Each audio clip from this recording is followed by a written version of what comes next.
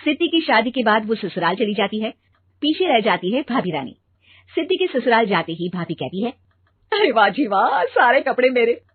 हाय रे पैंट, अरे वाह वाह, मजा आ जाएगा। अरे ये सिद्धि की अलमारी के सामने खड़े होकर क्या बड़बड़ा रही है? जाकर देख मेहमानों को विदाई की मिठाई मिली कि नहीं। अब हाँ माँ जी, क्यों नहीं, लेकिन पहले कपड़े तो बदल लूं। अब रानी आ जाती है सिद्धि के उन कपड़ों में जो वो ससुराल जाने से पहले घर छोड़ जाती है। अरे रानी, कुछ दिन रुक जाती। अरे ये तो सिद्धि बिटिया को मैंने ही दिया था, बड़ा ही फबता था उस पर, तुझ पर तो कुछ खास नहीं लग रहा। अब वो ना मेरे सारे कपड़े गीले थे तो सोचा पहन लूं। वैसे भी सिद्धि को कौन सा दिन पुराने आउटडेटेड कपड़ों को पहनना है। वैसे भी ये सूट तो मैंने तभी पहना था, वैसे खास है भी नहीं ये। हाँ ठीक है, लेकिन ना मेरी सिद्धि पर तो जमता था। सारे मेहमान चले जाते हैं और सिद्धि ससुराल से मायके पहली बार आती है। अपना घर, अपना कमरा, अपनी अलमारी।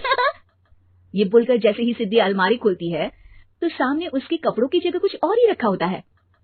माँ, जरा कमरे में तो आना। सास और रानी वहां पहुंच जाते हैं। रानी ने पहनी होती है सिद्धि की जींस और टी शर्ट। अरे भाभी, ये क्या? ये तो मेरी बड़ी ही महंगी टी शर्ट है, इसे आपने घर में क्यों पहनी है? अरे बहुत मिलती है दीदी ये चौक की मार्केट में, 150 में। ओ भाभी प्लीज, ये एरोपोस्टल है, 2000 की एक टी शर्ट। ओह 2000 में तो दीदी 4 साड़ी आ जाए।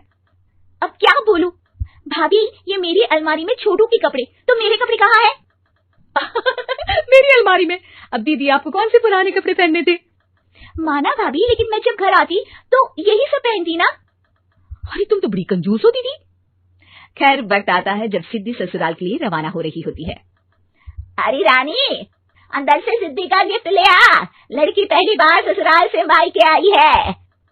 रानी अंदर जाती है और एक सिंपल सी साड़ी लेकर बाहर आ जाती है। ये लीजिए माँ जी। सास बेटी को गिफ्ट देकर ससुराल भेजती है।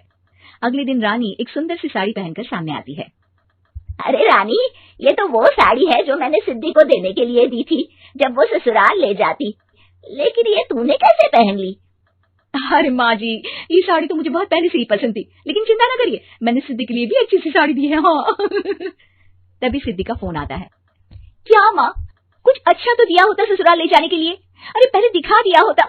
ये चमकते हुए पैकेट में नौकरानी वाली साड़ी मत दिया करो माँ। अरे बेटे, वो तेरी भाभी ने ना गलती से उससे पैकेट बदल गया। हाँ, मैं कल ही तेरे भाई के हाथ से तेरा वाला पैकेट भेज दूंगी। अरे रहने दो माँ, आई एम श्योर भाभी ने अभी वही साड़ी पहनी होगी जो तुमने मेरे लिए रखी थी, तुम तो समझ नहीं पाई उनको। खैर छोड़ो, मैं ज्यादा बोलती अच्छी नहीं लगती, रहने दो, आपको उन्हीं के साथ रहना है, फिर बात करेंगे। सास को रानी पर गुस्सा आ जाता है। वो उसके कमरे में जाती है जहाँ वो शादी का एल्बम देख रही होती है। रानी, मार्केट जाकर एक ऐसी ही साड़ी लेकर आ, कल प्रतीक जाकर सिद्धि के घर दे आएगा। अरे क्यों माँ जी, कितनी साड़ी देनी है दीदी को? यहाँ कोई सेल लगी है क्या?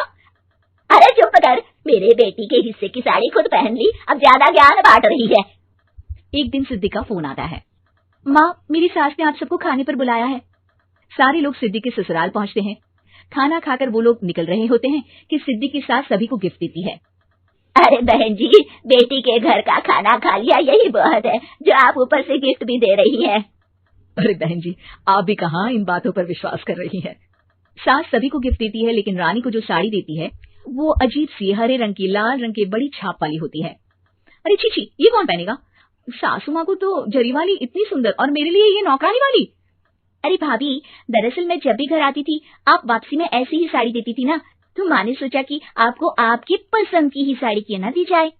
बेचारी रानी, बोलती भी तो क्या। सिद्धि और सास रानी का चेहरा देखकर हंसने लगती है, तो रानी समझ जाती है कि अपने ही बिछाए जाल में वो फंस चुकी है।